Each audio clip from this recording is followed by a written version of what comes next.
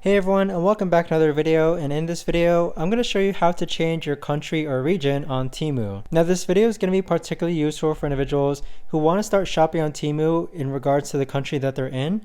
How do you actually go ahead and change your country or region that you're in? Either way, this video is going to be short, sweet, and simple, guys. There's not going to be a lot of steps involved, but what we're first going to do is that we're going to log on to our Temu app.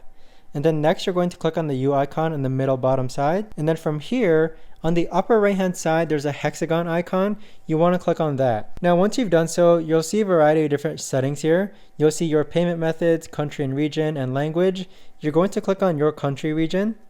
And then from here, you can select your country region for Temu. Now keep in mind that Temu does not ship to every single country in the world, but do make sure and check if it ships to yours by clicking on or selecting the country that you're in. But that right there, guys, is the best and easiest way that I know of to actually go ahead and change your country or region on Temu. If you guys know of a better or easier way to actually do this, let me know in the comments down below. I would love to know. Thanks so much for watching, everyone, and I'll see you guys all in the next video.